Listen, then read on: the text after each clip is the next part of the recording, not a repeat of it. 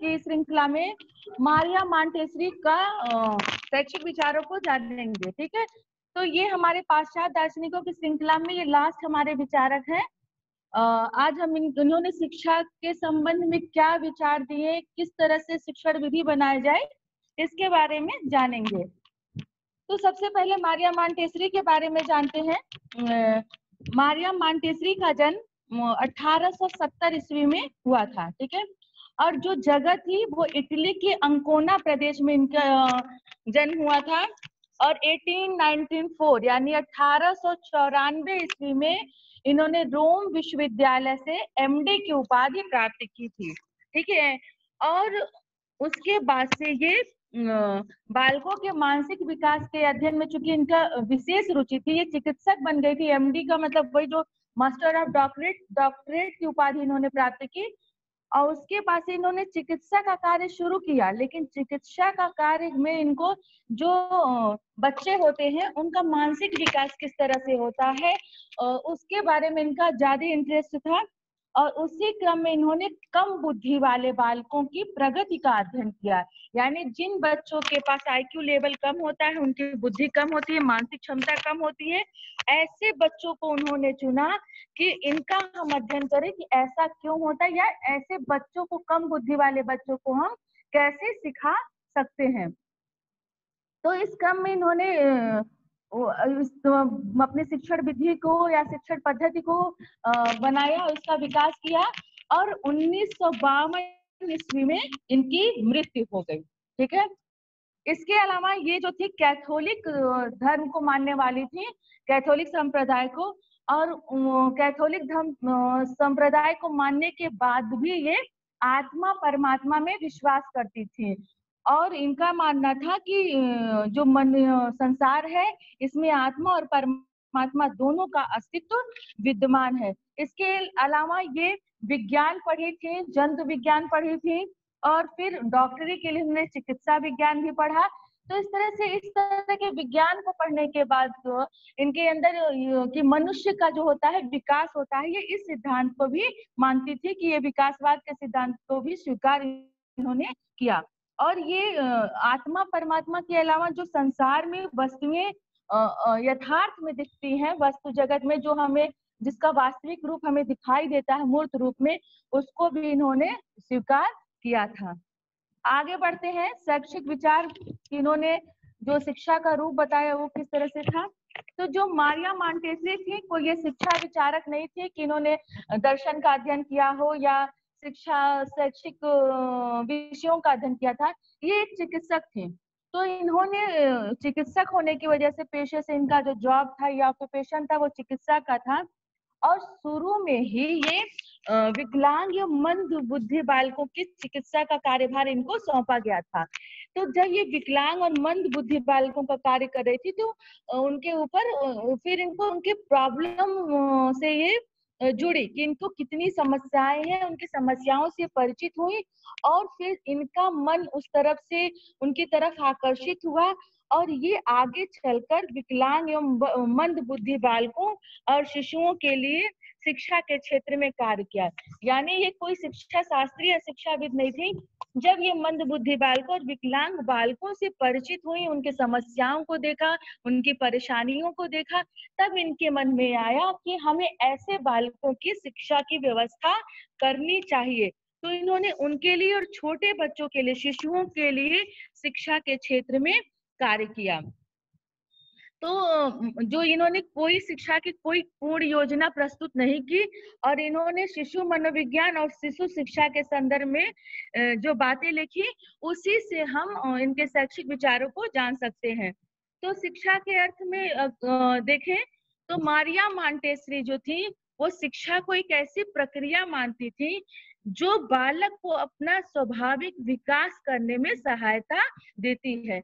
यानी इनका ये मानना था कि शिक्षा एक ऐसा प्रोसेस है, ऐसी प्रक्रिया है कि उस प्रक्रिया के द्वारा जब बालक शिक्षा प्राप्त करता है या शिक्षा बालक की चलती है, तो बालक के अंदर जो शक्तियां हैं वो उनका स्वाभाविक विकास करता रहता है। इनका मानना था कि जो मारिया मॉन्टेसरी का, कि जो जब जन्म होता है बालक का, मनुष्य के बालक का या शिशु का, तो वो शारीरिक दृष्टि में पशु शिशुओं से कम विकसित होता है। ठीक है, शारीरिक रूप से आप देखिए, कोई गाय का बच्चा जन्म लेते ही उसे खड़ा करने के लिए टाइम नहीं लगता, वो कुछ देर बाद खुद खड़ा हो जाता है। तो जो पशुओं के बच्चे होते हैं वो शारीरिक दृष्टि से मनुष्य के बच्चों से ज्यादा शक्तिशाली होते हैं, उनका शारीरिक विकास तेजी से होता है।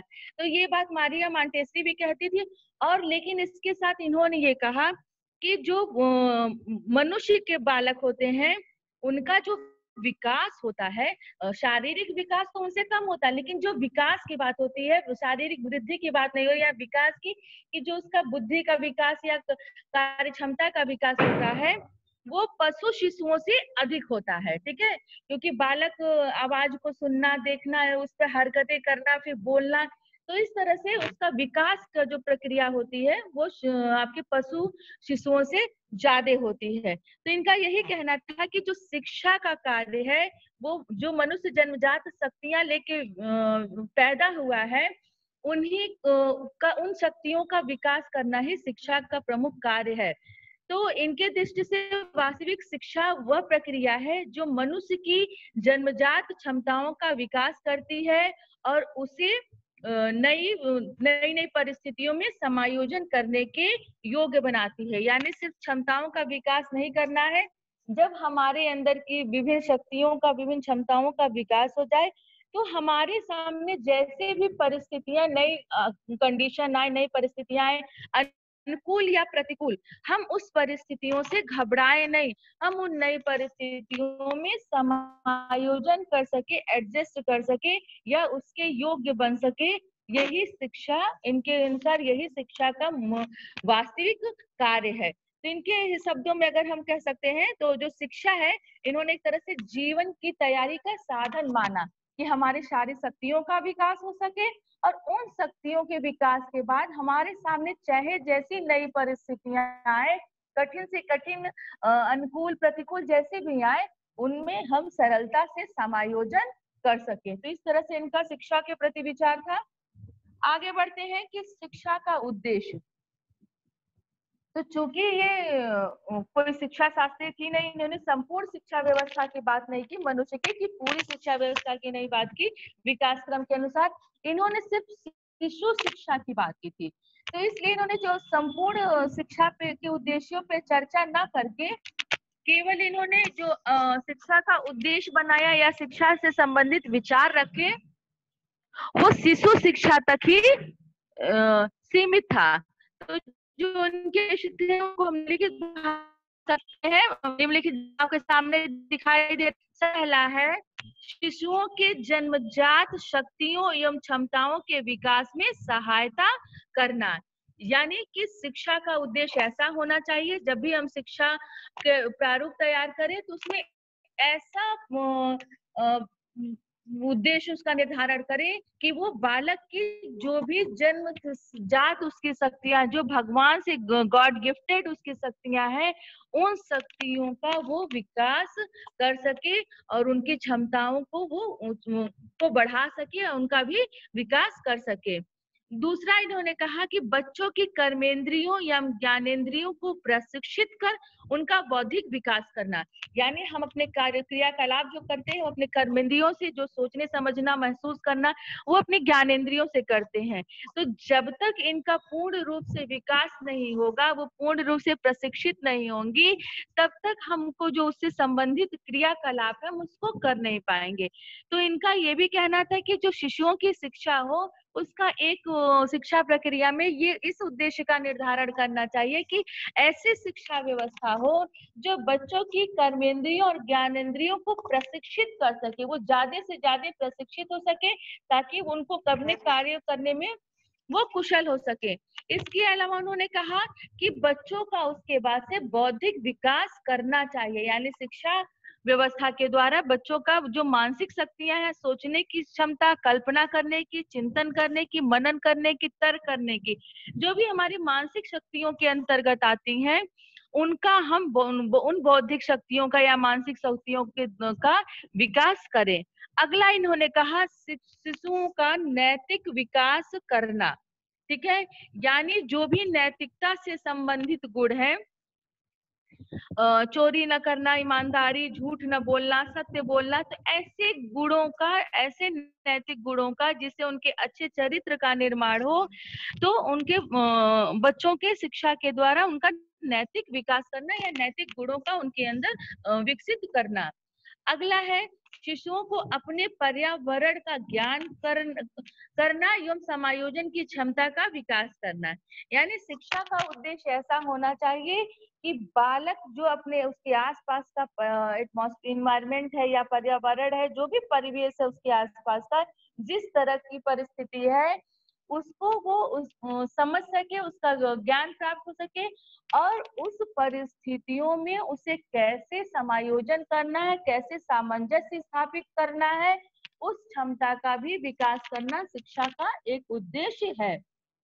अंतिम उद्देश्य उन्होंने बताया कि शिशुओं को भावी जीवन के लिए तैयार करना। यानी मारिया मॉन्टेसरी का मानना था कि जब हम शिशु काल में ही बच्चों की जन्मजात क्षमताओं का विकास कर देंगे, यानी जो योग्यता भगवान ने उसके अंदर, जो विशेष योग्यता सभी बालकों के अंदर, सभी बच्चों के अंदर कुछ न कुछ विशेष योग्यता होती है, और हमारे बच्चों के अंदर व्यक्तिगत भिन्नता जो पाई जाती है कि हमारे अंदर कुछ योग्यता होगी, कुछ काबिलियत होगी, आपके अंदर कुछ दूसरी होगी। तो ये जो व्यक्तिगत भिन्नता होती है वो ईश्वर द्वारा गॉड गिफ्टेड होता है, इसमें कोई चेंजेस नहीं कर सकता है कि हम बहुत ज्यादा प्रशिक्षण प्राप्त करके उसको सीख सकते हैं। हम सीख सकते हैं किसी चीज को, लेकिन अगर किसी बच्चे में गाना गाने की क्षमता भगवान ने दी है, हम कितना भी सीखें और हमारे अंदर अगर वो आवाज, वो सुर लय नहीं भगवान ने दिया है, तो हम उस बच्चे का मुकाबला नहीं कर सकते। इसी तरह से बुद्धि का भी होता है, बहुत बच्चे बहुत प्रखर बुद्धि के होते हैं। तो इस तरह की जो जन्मजात क्षमता है, उन्होंने कहा इसका विकास करें, और जब हमारी जन्मजात क्षमताओं का विकास हो जाएगा और फिर हमारे कर्मेंद्रियों, ज्ञानेंद्रियों का विकास हो जाएगा, जिसके द्वारा हम अपने क्रियाकलापों का क्रियान्वयन करते हैं, और जीवन चलाने के लिए, समाज में रहने के लिए, हमारे अंदर अच्छे गुणों को विकसित करने के लिए जब हमारे अंदर नैतिकता का या नैतिक गुणों का विकास हो जाएगा, और उसके बाद से हमारे सामने चाहे जैसे कठिन परिस्थितियां आए या आसान कंडीशन आए, हर परिस्थिति में जब हम अपने आप को समायोजित कर ले, अच्छी बुरी जैसी परिस्थिति हो, तो जब ये सारी चीजों को शिक्षा के उद्देश्य के द्वारा हमारे अंदर इन सबका विकास हो जाएगा, तो अपने आप वो जो शिशु या बालक होगा वो भावी जीवन के लिए या अपने आगे वाले जीवन के लिए तैयार हो जाएगा। तो इन्होंने यही कहा कि जो उनका लास्ट उद्देश्य था कि हम शिक्षा की व्यवस्था ऐसा करें, ऐसे शिक्षा के उद्देश्यों का निर्धारण करें जिसके द्वारा हम शिशु को, बालक को उसके आगे आने वाले जीवन के लिए, भावी जीवन के लिए उसे तैयार कर सके, जिससे वो अपने जीवन को कुशलता पूर्वक और से अपने जीवन को जी सके। आगे बढ़ते हैं, पाठ्यक्रम की बात करते हैं। तो पाठ्यक्रम भी जो उन्होंने अपने उद्देश्यों को पूरा करने के लिए उस उद्देश्यों के हिसाब से पाठ्यक्रम का निर्माण किया।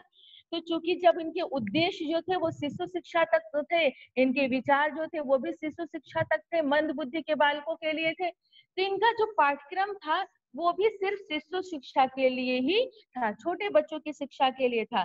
तो इन्होंने कोई पाठ्यक्रम के संदर्भ में कोई व्यापक विचार अपना नहीं दिया और न उसका निर्माण भी किया। इन्होंने शिशु शिक्षा से संबंधित ही विचार दिए और उसी से संबंधित पाठ्यक्रम का इन्होंने निर्माण किया। और इनका ये कहना था, इन्होंने पाठ्यक्रम में रचनात्मक एवं क्रियात्मक कार्यों को स्थान दिया कि अपने पाठ्यक्रम में कि बालकों के द्वारा जितना हो सके हम रचनात्मक और क्रियात्मक कार्य, यानी बच्चों में जो अपने क्षमताओं का, अपनी योग्यताओं का, अपने क्रियाकलापों का प्रदर्शन करना है, उसको हम उसके फॉर्म में हम उनसे रचनात्मक कार्य कराएं और क्रियात्मक कार्य कराएं, जिससे बच्चे के अंदर की जो क्षमता हो वो बाहर उनके क्रियाकलापों के द्वारा सामने आ सके।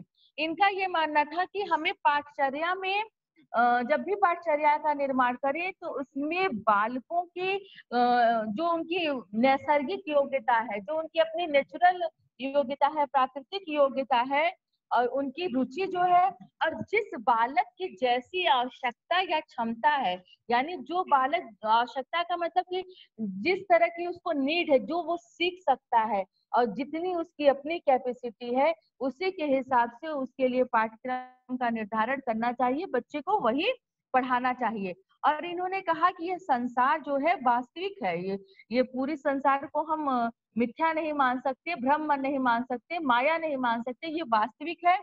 और शिशुओं को अपने जीवन एवं पर्यावरण से संबंधित ज्ञान या कौशल हमें प्राप्त कराना होगा, उन्हें देना होगा, ताकि वो इस संसार में जीवन जी सके। इसलिए इन्होंने जो अपने शिशु शिक्षा की योजना बनाई, कक्षा 1 से 5 तक के बच्चों के लिए योजना बनाई, उसमें इन्होंने दैनिक कार्यों, प्रकृति निरीक्षण, क्रियात्मक एवं रचनात्मक खेल, भाषा और गणित को स्थान दिया। यानी बच्चों को जो उन्होंने वो 1st to 5th तक के स्टैंडर्ड के लिए पाठ्यक्रम को तैयार किया, तो उसमें सबसे पहले बच्चों को उनके दैनिक क्रियाकलापों में को सीख देना, अपने आसपास के प्रकृति के बारे में दिखाना, उसको बताना, निरीक्षण कराना, और क्रियात्मक एवं रचनात्मक खेल, जिससे बालक के स्वाभाविक क्रियाकलाप सामने आए, उसकी स्वाभाविक क्षमता या शक्ति का विकास हो सके, और अपने विचारों एवं भावों को व्यक्त करने के लिए, अपने विचारों को दिखाने के लिए उन्होंने भाषा की भी शिक्षण व्यवस्था की, भाषा की शिक्षा की व्यवस्था की, और गणित की वो भी इन्होंने शिशु शिक्षा के पाठ्यक्रम में गणित विषय को भी शामिल किया, ताकि जिससे बच्चों को थोड़ा बहुत जोड़ घटाना आ सके। तो इन्होंने क्लास वाइज एक्टिविटी को, क्रियाकलापों को बांट दिया है। ठीक है, तो सबसे पहले हम आते हैं कि इन्होंने कक्षा 1 के लिए जो क्रियाकलाप बांटा, इन्होंने कक्षा 1 के लिए छोटी मेज व कुर्सियों को एक स्थान से दूसरे स्थान पर ले जाना, यानी बच्चों से उनके शारीरिक विकास के लिए, या किस स्थान से कहाँ पे किस तरह से उसको व्यवस्थित करना, इसके लिए जो बच्चे उठा सकते हैं, तो छोटी मेज व कुर्सियों को एक स्थान से दूसरे स्थान को ले जाना, एवं ठंडे एवं गर्म, यानी ठंडे और गर्म का एहसास जो कि त्वचा के द्वारा होता है, ज्ञानेंद्रिय का विकास इसमें भी होगा, प्रशिक्षित होगी। ठंडे एवं गर्म के अंतर को समझना, मोटे एवं पतले में अंतर कर पाना कि क्या चीज मोटा है, क्या चीज पतला है, ऊंची नीची चीजों में अंतर कर पाना, और चिकनी एवं खुदरी वस्तुओं में अंतर सिखाना, ये इन्होंने क्लास 1 के लिए पाठ्यक्रम में शामिल किया।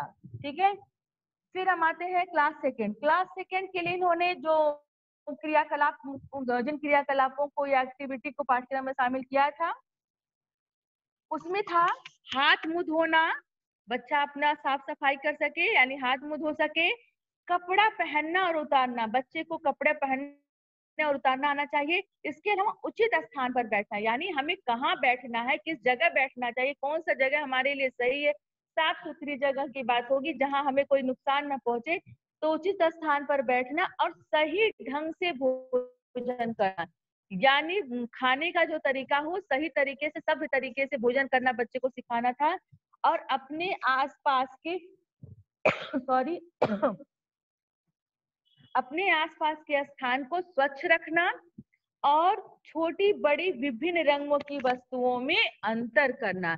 तो इस तरह से उन्होंने क्लास 2 में भी शारीरिक शक्तियों का भी विकास किया, और जो उन्होंने छोटी बड़ी विभिन्न रंगों की वस्तुओं में अंतर करना था, ये बौद्धिक विकास के क्रम में भी आएगा कि बालक छोटे बड़े और अलग अलग रंगों का पहचान कर सकेगा, और उनको डिफ्रेंशिएट करके उन्हें अलग अलग कर पाएगा। फिर उन्होंने क्लास 3 की बात की। क्लास 3 में इन्होंने दृष्टि यानी नजर की बात की, गति स्पीड की बात, जो हम चलते हैं, और स्पर्श यानी आंख, और जो हमारे पैर, हाथ पैर के द्वारा चलना है, और स्पर्श यानी जो त्वचा के द्वारा, इनका अभ्यास कराना किया, और सीधी रेखा पर चलने हेतु शरीर पर नियंत्रण करना, यानी कि हम एक सीधे फॉर्म में चल रहे, इधर उधर न डगमगाएं, उस पे शरीर को एडजस्ट कराना, और उसके बाद से अक्षरों की जानकारी करना, व ड्राइंग बनाना इन्होंने कहा। यानी क्लास 3 में इन्होंने अक्षर को, भाषा से संबंधित चीजों को शामिल किया। इसके अलावा इन्होंने दृष्टि, गति और स्पर्श के अभ्यास की बात कही, और अक्षरों की जानकारी एवं ड्राइंग बनाना इन्होंने क्लास 3rd से शुरू किया। क्लास 4th में इन्होंने बच्चों को आत्मनिर्भर बनाने के लिए बर्तन धोना, खाना निकालना, परोसना, यानी कमरे की वस्तुओं को उचित रूप से उचित स्थान पर रखना, यानी बच्चे को अभी से अपने पर्यावरण के हिसाब से वो एडजस्ट करना सिखाना शुरू कर दी थी।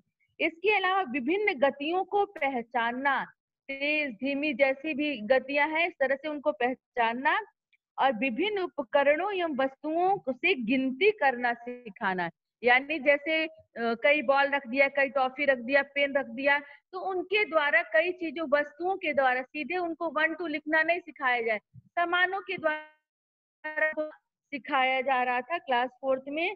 और लिखने, पढ़ने एवं गणित का ज्ञान और ड्राइंग करना, ये इनका क्लास 4th का पाठ्यक्रम था। फिर क्लास 5th में कक्षा 5 के लिए इन्होंने जो कक्षा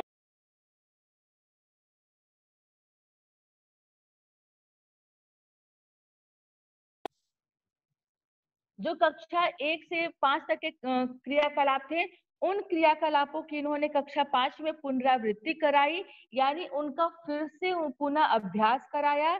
उसके अलावा इन्होंने शारीरिक स्वच्छता पर, सिर्फ हाथ मुंह धोना नहीं, शारीरिक स्वच्छता के अंदर गत आपकी पूरे शरीर की सफाई जाएगी, वस्त्रों की सफाई आ जाएगी, बालों की सफाई, बालों, नाखून वगैरह सब तरह की सफाई के लिए इन्होंने पूरी शारीरिक स्वच्छता पर विशेष ध्यान देना और समय पर ध्यान देना, यानी कि समय के अनुसार ही काम करना, समय के महत्व को इन्होंने सिखाना शुरू कर दिया था कक्षा 5 में। इसके अलावा शिष्टाचार, यानी बच्चे मैनर सीख और उस तरह व्यवहार करना, और भौगोलिक, ऐतिहासिक एवं शारीरिक व वैज्ञानिक शब्दों की जानकारी करना, यानी इन्होंने भूगोल विषय पढ़ाना नहीं शुरू किया, इतिहास पढ़ाना नहीं शुरू किया, इन्होंने भूगोल, इतिहास, शारीरिक और वैज्ञानिक शब्दों की जानकारी देना शुरू किया, कि इन्होंने मतलब छोटे छोटे टुकड़े से बच्चों को सिखाना जरूरी समझा। और खेल के माध्यम से इन्होंने कक्षा 5 में व्याकरण की जानकारी कराना किया, कि इस तरह से पाठ्यक्रम में हमें ऐसे विषयों को शामिल करना चाहिए। ठीक है, तो ये मारिया मॉन्टेसरी का पाठ्यक्रम था। अब हम आगे चलते हैं मॉन्टेसरी के शैक्षिक सिद्धांत, यानी इन्होंने जो शिक्षण की प्रक्रिया बनाई, शिक्षा व्यवस्था बनाई, उसके लिए इन्होंने शिक्षण विधियों के अलावा इन्होंने कहा कि पहले हमें, इन्होंने एक मतलब विकलांग और मंद बुद्धि बालकों के लिए जो शिक्षण विधियों के संबंध में अपना विचार प्रस्तुत किया था, उसके लिए इन्होंने उनकी जो प्रणाली थी उसको मॉन्टेसरी प्रणाली भी कहते हैं। तो मॉन्टेसरी प्रणाली जो थी वो किस सिद्धांत पर कार्य करती थी, पहले हम उसको जानेंगे कि उनका मॉन्टेसरी प्रणाली के लिए क्या शैक्षिक सिद्धांत था। तो वो सामने आपके हैं। सबसे पहला सिद्धांत इनका था मॉन्टेसरी शिक्षा प्रणाली का, कि मांसपेशियों को पुष्ट बनाने का सिद्धांत। ठीक है, तो इनका प्रिंसिपल ऑफ मस्कुलर डेवलपमेंट, तो डॉक्टर मारिया मॉन्टेसरी ने स्पष्ट किया और कहा कि हमारी समस्त शारीरिक एवं मानसिक चेष्टाएं हमारी मांसपेशियों पर निर्भर करती हैं, यानी कि जो भी हम अपने शरीर से, अपने दिमाग से कार्य करते हैं, जो हमारे दिमाग का मानसिक कार्य होता है, वो हमारी जो भी हम कोशिश करते हैं वो हमारी मांसपेशियों पर डिपेंड करती हैं, निर्भर करती हैं। यानी जितनी हमारी मांसपेशियां मजबूत होंगी, हम उतना ही ज्यादा हमारी शारीरिक एवं मानसिक चेष्टाएं उतनी ही ज्यादा प्रभावशाली तरीके से हम उनको कर सकेंगे, उन क्रियाकलापों को। इसलिए इन्होंने कहा कि सर्वप्रथम सबसे पहले जो शिक्षा का सिद्धांत होना चाहिए उसमें शिशुओं की मांसपेशियों को ही पुष्ट करना चाहिए, ताकि उनकी मांसपेशियां मजबूत बन सके। इसलिए इन्होंने मॉन्टेसरी स्कूलों में दैनिक कार्यों के स्वयं संपादन और खेल कूद की व्यवस्था की, इसके अलावा शैक्षिक उपकरणों के प्रयोग की व्यवस्था की। जब बालक खुद कार्य करेगा, खुद चलेगा, फिरेगा, दौड़ेगा, जितना हमारा शारीरिक क्रियाकलाप होगा, उतनी ही हमारी मांसपेशियां या शारीरिक अंग जो है वो मजबूत होंगे। इसलिए उन्होंने बच्चों के खुद कार्य संपादन, खेल कूद की व्यवस्था की और शैक्षिक उपकरणों के द्वारा भी बच्चों को सिखाने पर बल दिया। दूसरा है ज्ञानेंद्रियों के प्रशिक्षण का सिद्धांत है। तो इन्होंने कहा मॉन्टेसरी ने कि जब हम मांसपेशियों को मजबूत कर दें तो उसके बाद से इनकी ज्ञानेंद्रियों और हेलो, कैसा आवाज आ रहा है? मॉन्टेसरी ने स्पष्ट किया कि किसी भी प्रकार का ज्ञान जो होता है कर्मेंद्रियों, ज्ञानेंद्रियों और मस्तिष्क के संयोग से प्राप्त होता है। यानी जो हम करते हैं और फिर उसका जो दिमाग में इमेज बनता है, जो छवि बनती है, उन तीनों के संयोग से ही हमें ज्ञान प्राप्त होता है। यानी कि मारिया मॉन्टेसरी का मानना था कि जो ज्ञान प्राप्त करने के लिए हमारा कर्मेंद्रियां और ज्ञानेंद्रिय और मस्तिष्क तीनों का योग जरूरी है, तीनों को विकसित होना जरूरी है।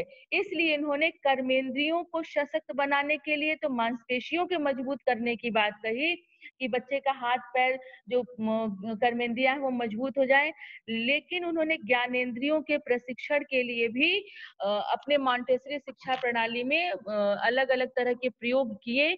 उन्होंने कहा कि शिशु देखकर, सुनकर, सूंघकर, किसी चीज को चख कर, टेस्ट करके और स्पर्श करके, इन 5 क्रियाकलापों के द्वारा वो अपने पांचों ज्ञानेंद्रियों को, यानी अपने आंख, कान, नाक और जीवा और त्वचा, इन ज्ञानेंद्रियों को क्रियाशील करें और प्रशिक्षित रखें। तो ठीक है, इनका यही मानना था कि हमें शिक्षा के द्वारा पहले मांसपेशियों के द्वारा उनके कर्मेंद्रियों का विकास करें, फिर उसके बाद से बालकों के ज्ञानेंद्रियों का विकास करें। तीसरा इनका जो सिद्धांत था वो था आत्म शिक्षा का सिद्धांत। मॉन्टेस्क्यू ने कहा कि सीखना जो होता है मनुष्य की जन्मजात प्रवृत्ति होती है। बालक पैदा होते जैसे ही वो समझना, सोचना, बोलना शुरू करता है, उसके अंदर वो सीखने की ललक होती, वो अनुकरण के द्वारा सीखना शुरू कर देता है। तो यानी इससे ये पता चलता है कि बच्चे में जो सीखने की प्रवृत्ति होती है या मनुष्य में, वो जन्मजात होती है, वो उसे वो अर्जित नहीं करता है, उसके पास वो पहले से विद्यमान रहती है।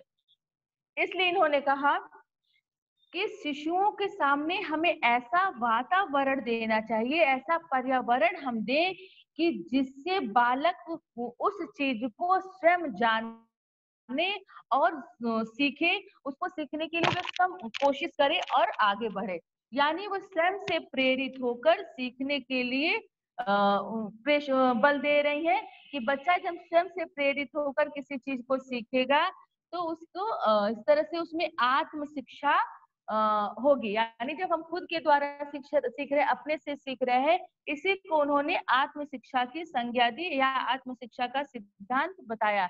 इन्होंने यही कहा कि विद्यालय में या बच्चे बालक जहाँ पे भी पढ़ने जा रहे हैं शिशु, वहां पर हमें ऐसे इन्वायरमेंट क्रिएट करना चाहिए कि बालक खुद से प्रेरित होकर सीखे, क्रिया या क्रियाकलाप करे। अगला है आत्म विकास का सिद्धांत। इसमें इन्होंने कहा कि मनोवैज्ञानिक तथ्य के अनुसार जो बालक का विकास होता है उसकी आंतरिक शक्तियों के आधार पर होता है। यानी हमारे अंदर जो जन्मजात शक्तियां हैं, जो आंतरिक शक्तियां हैं, उसी के आधार पर हमारा विकास होता है, हमारा डेवलपमेंट है। यानी जो हमारी योग्यताएं, क्षमताएं हैं, उसी क्रम में हम अपना विकास करते हैं। तो इन्होंने कहा कि बालक एक शरीर है जो बढ़ता है। यानी हमारा शारीर, सभी बच्चे होते हैं, चाहे वो कम बुद्धि के हैं, ज्यादा बुद्धि के हों, बहुत मोटे हो, बहुत पतले हो, तो जैसे भी हो उनका शरीर की वृद्धि सभी के मनुष्यों में समान होती है। ठीक है। और लेकिन जो विकास होता है, मारिया मॉन्टेसरी का मानना था कि शरीर तो हमारा बढ़ता है, यानी शरीर की वृद्धि होती है, लेकिन अगर हम विकास की बात करते हैं तो वो हमारी आत्मा का विकास होता है। तो इन्होंने जो शरीर का विकास की बात है या वृद्धि की, और आत्मा दोनों के विकास के लिए उन्होंने कहा कि हमें ऐसा एटमॉस्फेयर देना चाहिए कि ये बच्चे का शारीरिक विकास और आत्मा का विकास वो रुकना नहीं चाहिए और शिशुओं को उनकी योग्यता एवं क्षमता के अनुसार उन्हें बढ़ने का अवसर देना चाहिए। इसलिए उन्होंने इस तरह से आत्म विकास के सिद्धांत की बात कही कि जिसके अंदर जिस तरह की शक्तियां हो उसको उस तरह का वातावरण दिया जाए और शिशु उसी श्रेणी में या उसी क्रम में अपना विकास करे। अगला है व्यक्तिगत विकास का सिद्धांत, ठीक है, प्रिंसिपल ऑफ इंडिविजुअल डेवलपमेंट। तो इन्होंने कहा कि मनोवैज्ञानिक दृष्टि से कोई जो शिशु होते हैं, कोई भी बालक होते हैं, वो एक समान नहीं होते हैं। प्रत्येक बालक की योग्यता और क्षमता में भिन्नता होती है और उनकी रुचि और आवश्यकताओं में भी अलग अलग होते हैं। तो उन्होंने कहा कि शिशुओं को अपनी योग्यता एवं क्षमता के अनुसार बढ़ने का अवसर देना चाहिए, जिससे शिशु जो है अपनी रुचि और आवश्यकता अनुसार सीखे और अपना व्यक्तिगत विकास कर सके। अगला है मनोवैज्ञानिक क्षण का सिद्धांत, यानी प्रिंसिपल ऑफ साइकोलॉजिकल मोमेंट। तो मॉन्टेसरी ने अपने जीवन काल में यह अनुभव की थी कि प्रत्येक बच्चे के अंदर कुछ जानने की जिज्ञासा एकाएक उत्पन्न होती थी। जब इन्होंने मंदबुद्धि बच्चों या शिशुओं के बीच में चिकित्सा का कार्य किया, जब उनके तरफ ये ज्यादा अट्रैक्ट हो गए, उनका अध्ययन करने लगे, तो इन्होंने महसूस किया कि प्रत्येक बालक में कभी कभी कुछ जानने की जिज्ञासा अचानक उत्पन्न हो जाती कि हाँ ये क्या चीज है।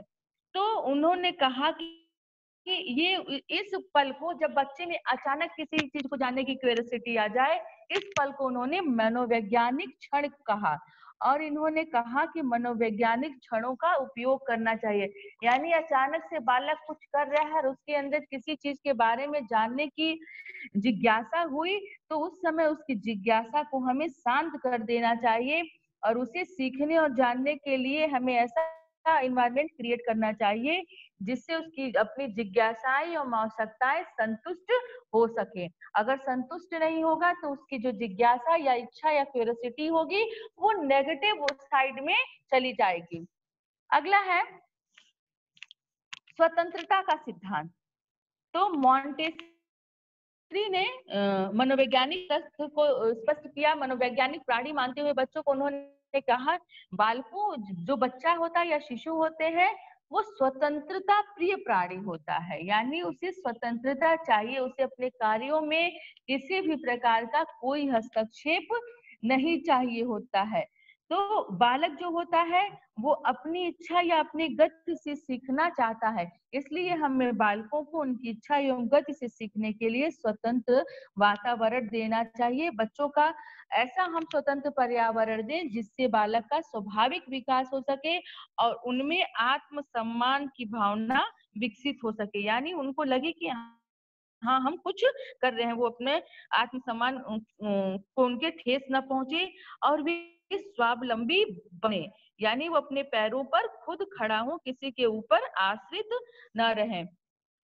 इसके विपरीत अगर उन्होंने कहा कि स्वाभाविक विकास में अगर हम बालक के किसी विकास में बाधा डालते हैं, कोई व्यवधान डालते हैं, कोई रुकावट डालते हैं, कोई अवरोध डालते हैं या उन पर हम कठोर नियंत्रण रखते हैं, तो बच्चे का जो नेचुरल व्यक्तित्व का विकास है, नेचुरल पर्सनालिटी डेवलपमेंट है, वो उसमें अवरुद्ध हो जाता है, उसमें बैरियर उत्पन्न होने लगता है।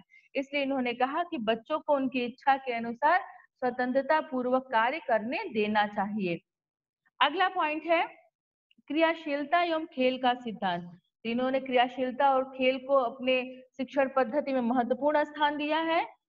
तो इन्होंने कहा कि मॉन्टेसरी ने कि सीखने में बच्चे जितने अधिक क्रियाशील रहेंगे उतना ही अधिक गति से वो सीखेंगे, यानी जब बच्चे में सीखने की क्रियाशीलता, जो बच्चा जितना एक्टिव है उनको उतना ही एक्टिव रखा जाएगा, तो उनकी जो सीखने की स्पीड होगी, गति होगी, उतनी ही तेज होगी और वो अपनी रुचि के अनुसार अपने ढंग से स्वतंत्रता देते हुए अपने अंदर के क्षमताओं के अनुसार, अपनी रुचियों के अनुसार वो क्रियाकलाप करेंगे और उन क्रियाकलापों के द्वारा वो सीखेंगे।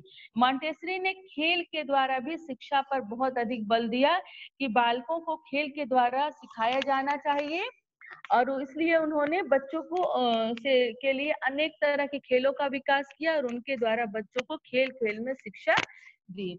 अगला है तार्किक अनुशासन का सिद्धांत। लास्ट पॉइंट है ये। मॉन्टेस्री जो थी, आपको पता है कि पूर्ण स्वतंत्रता की पक्षधर थी। इनका मानना था कि बच्चों को पूरी तरह से स्वतंत्र रखना चाहिए और ये अनुशासन की प्राप्ति भी स्वतंत्रता द्वारा प्राप्त करने में विश्वास करती थी। इनका कहना था कि बच्चा जो अनुशासित तो तभी होगा जब उसे हम स्वतंत्र छोड़ देंगे।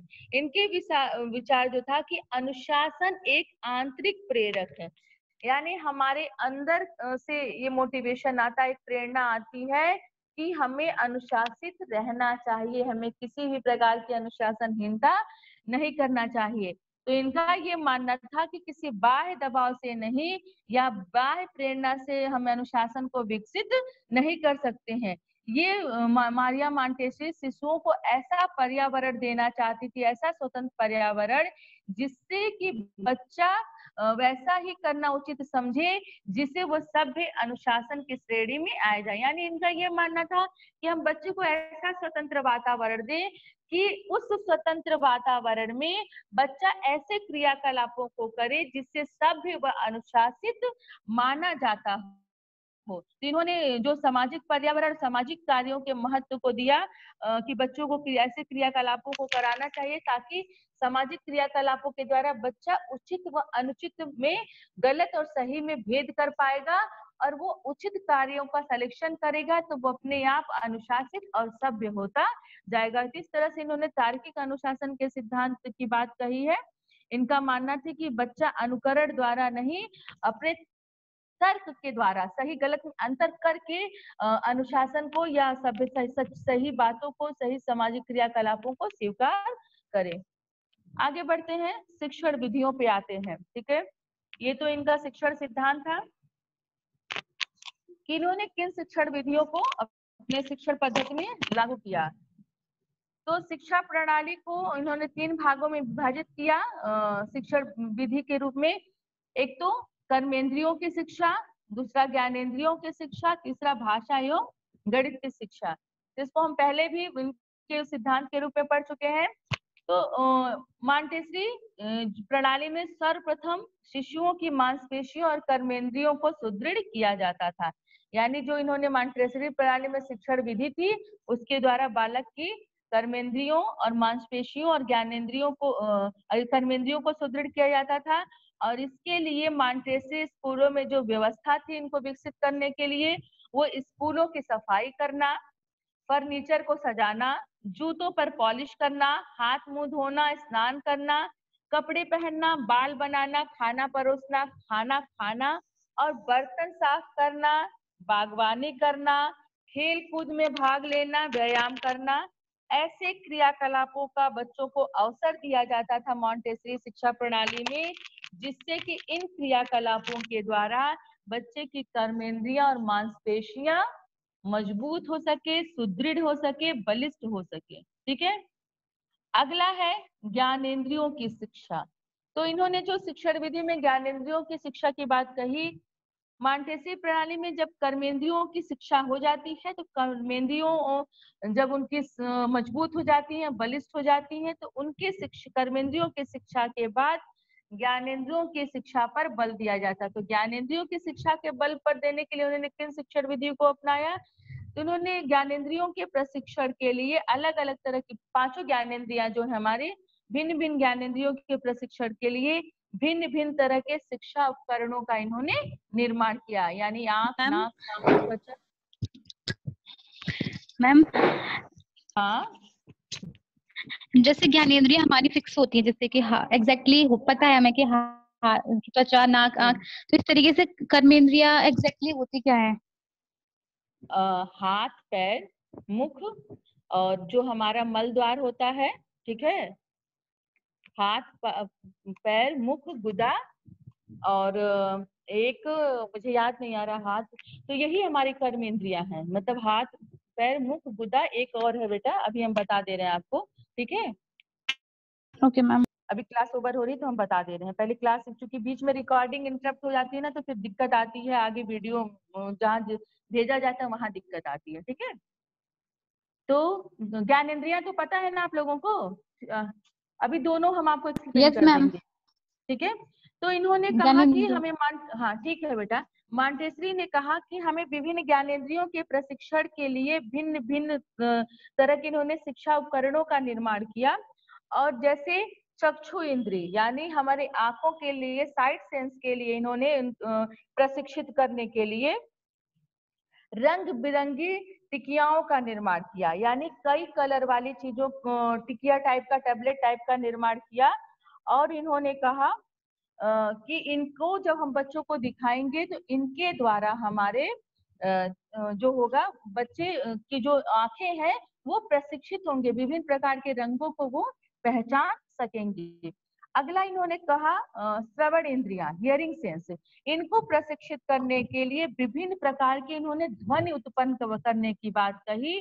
और इन्होंने घंटियों को बनाया जिससे बालक अलग अलग ध्वनियों के कंपन को, तेज धीमी, उनके कंपन को, वाइब्रेशन को पहचान सके, उनको सुन सके। उसके बाद से इन्होंने घ्राणेन्द्रिय यानी स्मेल सेंस की बात कही कि जो हमारे क्या कहते हैं, स्मेल सेंस होते हैं, उनको प्रशिक्षित करने के लिए भिन्न भिन्न सुगंध के पदार्थों में इन्होंने भारी बोतलों में अलग अलग चीजों को, सुगंध के सामानों को भरा, जिससे बच्चों को स्मेल कराया जाता था कि बच्चे अलग अलग सुगंधों से परिचित हो सके, उसमें अंतर करना सीख सके। अगला इन्होंने जो है क्या कहते हैं, जीभ को प्रसन्न करने के लिए, स्वादेंद्रिय को प्रशिक्षित करने के लिए नमक, मिर्च, खटाई, मिठाई आदि पदार्थों और स्पर्शेंद्रियों को प्रशिक्षित करने के लिए भिन्न आकार के चिकने एवं खुरदरे पदार्थों का निर्माण किया। यानी बच्चा पहले खाने की चीजों से स्वाद के द्वारा उनकी स्वाद इंद्रिय को प्रशिक्षित किया जा सके, उनकी जीभा को, और स्पर्श के द्वारा त्वचा को प्रशिक्षित करने के लिए उनके स्पर्श कराकर चिकना खुरदरा द्वारा उनके ज्ञानेंद्रियों को प्रशिक्षित करने की बात इन्होंने कही। अगला उन्होंने कहा भाषा एवं गणित की शिक्षा। ठीक है, तो भाषा शिक्षण के संबंध में मांटेसरी का जो विचार था कि बच्चों को जो भाषा सिखाने की बात है, थोड़ा सा डिफरेंट था, एकदम नया तरीका था। क्योंकि सबसे पहले बच्चों को पढ़ना सिखाया जाता है, लेकिन मांटेसरी ने कहा नहीं, बच्चों को भाषा सिखाने के लिए हमें सबसे पहले पढ़ना नहीं सिखाना, हमें सबसे पहले उन्हें लिखना सिखाना चाहिए। और इन्होंने कहा लिखने की क्रिया जो होती है पढ़ने की क्रिया से सरल होती है। और वाकई में ये बात है। अगर आप ऑब्जर्व करिए, कभी आप प्राइमरी स्कूल में जाइएगा बेटा आप लोग इंटर्नशिप के लिए, तो जो कमजोर बच्चे होंगे, ठीक है, जो पढ़ नहीं पाते होंगे, आप ये चीज देखिएगा कि आप उन्हें लिखने कीजिएगा, वो उस चीज को उसी फॉर्म में उतार देंगे, भले वो अक्षर की पहचान नहीं कर पाएंगे। आप इस बात को प्रैक्टिकली भी देख लीजिएगा। तो इनका ये मानना था कि जो पढ़ना की अपेक्षा लिखना इजी होता है, इसलिए बच्चे को हमें सरल से कठिन की तरफ ले जाना है, इसलिए बच्चे को पहले हमें लिखना सिखाना चाहिए। और इन्होंने कहा कि लिखने में केवल अक्षरों की आकृतियों का अनुकरण करना होता है, जबकि पढ़ने में हमें शब्दों एवं वाक्यों का उच्चारण करना होता है। इसलिए दोनों में बहुत डिफरेंस होता है, और पढ़ना इसलिए टफ होता है, और पढ़ने के साथ साथ फिर हमें उसके अर्थ को भी समझना होता है, उससे उसका बोध करना होता है। इसलिए उन्होंने कहा कि हमें सबसे पहले, उन्होंने अपनी मांटेसरी शिक्षा प्रणाली में बच्चों के लिए सबसे पहले लिखने की व्यवस्था की, भाषा एवं गणित सिखाने के लिए, कि बच्चों को पहले सिखाया जाए। और इन्होंने शिशुओं को लकड़ी अथवा गत्ते के बने अक्षरों पर उंगली फेरने के लिए कहती थी, जिससे मांसपेशियां उस पर सधने लगे, प्रैक्टिस होने लगे उनमें। ठीक है, और वो जब उनमें सध जाए, उन पर उनकी प्रैक्टिस हो जाए, तो उन कटी हुई आकृतियों के द्वारा या उनके स्ट्रक्चर से बच्चा लिखना भी सीख जाए, और फिर उन्हें पढ़ना भी, उच्चारण करा करा के फिर उन्हें लिखने के बाद उच्चारण करके उन्हें वो पढ़ना भी सिखाती थी और अक्षर का ज्ञान कराती थी। तो इस तरह से इन्होंने शिक्षण विधियों के रूप में 3 विधियां बताई। आगे बढ़ते हैं कि इन्होंने शिक्षक को किस रूप में लिया है।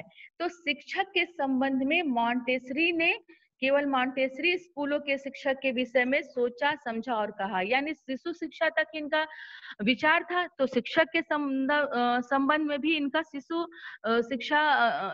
शिक्षक या मॉन्टेसरी शिक्षकों के लिए ही इनका विचार था। इनका कहना था कि जो शिक्षक का कार्य है वो एक निर्देशक की भांति होना चाहिए, यानी वो बच्चों के ऊपर कोई प्रेशर न डाले, बच्चों को डायरेक्शन दे, वो बच्चों के सामने सिर्फ एक ऐसा एटमॉस्फेयर क्रिएट करे, एक ऐसा पर्यावरण दे कि बच्चा उसमें सीखने के लिए प्रेरित हो सके और अपनी योग्यता क्षमता के अनुसार बच्चा सीखे और अपना विकास कर सके। इसके अलावा इन्होंने स्त्री शिक्षक को मारिया मॉन्टेसरी ने अपने शिक्षण पद्धति में विशेष स्थान दिया। इसका कारण भी है, इन्होंने शिशु शिक्षा की बात कही तो छोटे बच्चों को जितना एक लेडीज, एक वुमेन समझ सकती है, एक महिला शिक्षिका समझ सकती है, क्योंकि महिला के अंदर वात्सल्य होता है, प्रेम होता है, तो वो बच्चों के मनोभावों को, बच्चों की परिस्थितियों को समझ सकती है, उनके अनुसार वो व्यवहार करेगी। इसलिए उन्होंने कहा कि मॉन्टेसरी शिक्षण पद्धति में जहां तक हो सके स्त्री शिक्षक होना चाहिए। इसके अलावा शिक्षिका को बाल मनोविज्ञान का पूर्ण ज्ञान होना चाहिए, यानी बच्चों के विकास से संबंधित, चाहे वो शारीरिक विकास हो, चाहे सांवेगिक विकास हो, चाहे मानसिक विकास हो, किसी भी तरह का विकास हो। बाल मनोविज्ञान का मतलब यही हुआ कि उससे बालक के रुचि, क्षमता, योग्यता, शारीरिक क्षमता, मानसिक क्षमता सभी का ज्ञान होना चाहिए, ताकि वो बच्चों को उसी के अनुसार कार्य कराए। ऐसा ना हो कि वो बच्चों की क्षमता के अगर बच्चों के विकास को नहीं समझेगी, बाल मनोविज्ञान को नहीं समझेगी, तो उसे बच्चों के विकास की प्रक्रिया नहीं पता होगी और बच्चों की कैपेसिटी नहीं पता होगी, तो वहां पर बच्चों के साथ वो गलत व्यवहार भी कर सकती है, या उनकी इच्छा शक्ति और क्षमता के अनुरूप कार्य न होकर प्रतिकूल कार्य या प्रतिकूल चीजें सिखाई जाएंगी। इसके अलावा इन्होंने कहा कि उन्हें शिक्षा से संबंधित उन शिक्षिकाओं को या शिक्षकों को विविध उपकरणों का भी ज्ञान होना चाहिए, यानी जो इन्होंने ज्ञानेंद्रियों कर्मेंद्रियों को शिक्षित करने के लिए, प्रशिक्षित करने के लिए उपकरणों का निर्माण किया था, उनका भी प्रयोग उन्हें करना आना चाहिए। देखिए, जैसे प्रयोग करने आने का मतलब ये हुआ बेटा कि कोई भी टीचर पढ़ाता है, ठीक है, सभी कंटेंट लेते हैं, लेकिन सबके अंदर वो योग्यता नहीं होती है कि उस तथ्य को कितने प्रभावशाली ढंग से, कितने सरल तरीके से हम बच्चों के सामने प्रेजेंट कर सके। तो ठीक है, बच्चों को रंगों का ज्ञान या सुगंध का ज्ञान कराना है, वस्तुओं का ज्ञान, लेकिन उसको हम कितने अच्छे तरीके से, कितने अच्छे से उन उपकरणों का प्रयोग करें कि बच्चा बहुत सरलता से, सुगमता से सीखे और उसका जो सीखे वो ज्ञान जो प्रभावशाली हो। ठीक है, तो ये इन्होंने कहा कि शिक्षक को या शिक्षिका को उन उपकरणों का प्रयोग का ज्ञान भी होना चाहिए। अब हम आते हैं शिक्षार्थी की बात करते हैं।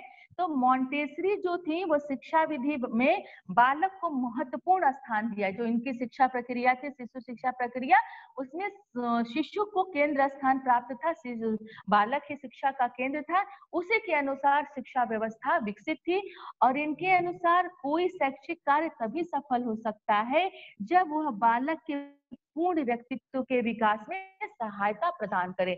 यानी उसकी कर्मेंद्रियों, ज्ञानेंद्रियों, उसके सामाजिक कार्य, उसके नैतिक विकास, उसका बौद्धिक विकास, और इन विकासों के साथ वो अपने जीवन को आगे चल के सरवाइव कर सके। तो जब तक ये उसके पूरे व्यक्तित्व का विकास ना हो जाए, उसके व्यक्तित्व के हर पक्ष का विकास ना हो जाए, तब तक वो शिक्षा जो है सफल नहीं हो सकती है। और इन्होंने शिक्षार्थी की आवश्यकता एवं क्षमता के अनुसार शिक्षा की बात कही और शिक्षार्थी को इन्होंने प्रमुख स्थान दिया है। अब आते हैं कि इन्होंने विद्यालय को किस रूप में लिया है। तो इन्होंने विद्यालय का नाम बालघर भी रखा, इसलिए मैंने बालघर आबलिक विद्यालय लगाया है। इनका ये कहना था कि जो मॉन्टेसरी के अनुसार जो विद्यालय है वो एक प्रकार से घर के समान होता है। ठीक है, जैसे हमारे घर में हर तरह के सुख साधन सुविधा उपलब्ध रहती है, उसी तरह से विद्यालय में भी उस तरह के संसाधन उपलब्ध होने चाहिए। इन्होंने शिशुओं बिल्कुल भी ये महसूस नहीं होना चाहिए कि वो घर में नहीं है।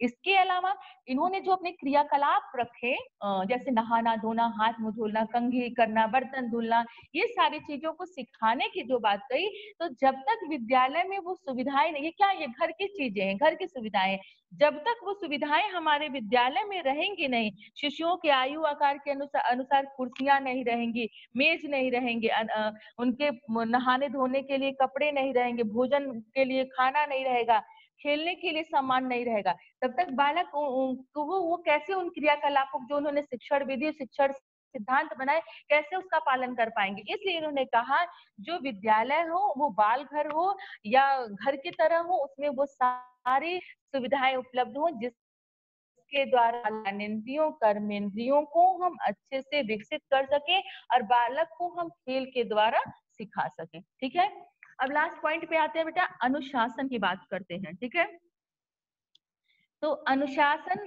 मारिया के अनुसार हमने पहले भी तार्किक अनुशासन के अंतर्गत बताया था कि ये इनका मानना था कि जो वास्तविक अनुशासन वो आंतरिक होता है। हम किसी के डर से, किसी भी बाहरी भय से अगर हम कुछ देर के लिए गलत कार्यों को नहीं कर रहे हैं, चुप हो जा रहे हैं, शांत हो जा रहे हैं कि मेरे साथ ऐसा हो जाएगा इसलिए अभी नहीं करना, तो वो अनुशासन की श्रेणी में नहीं आता है। वो हम किसी बाह्य या कृत्रिम चीज से डरकर थोड़ी देर के लिए अपने व्यवहार को स्थिर कर लिए हैं, इसलिए वो हम ये नहीं कहेंगे कि वो अनुशासन है।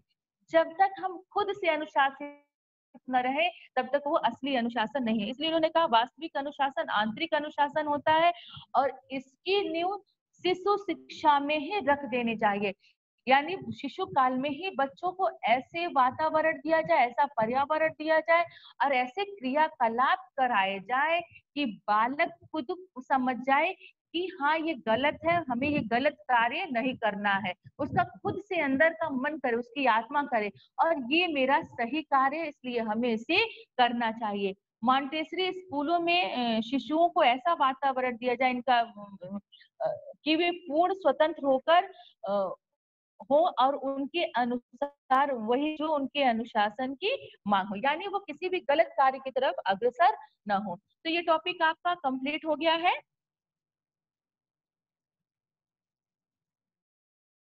ठीक है।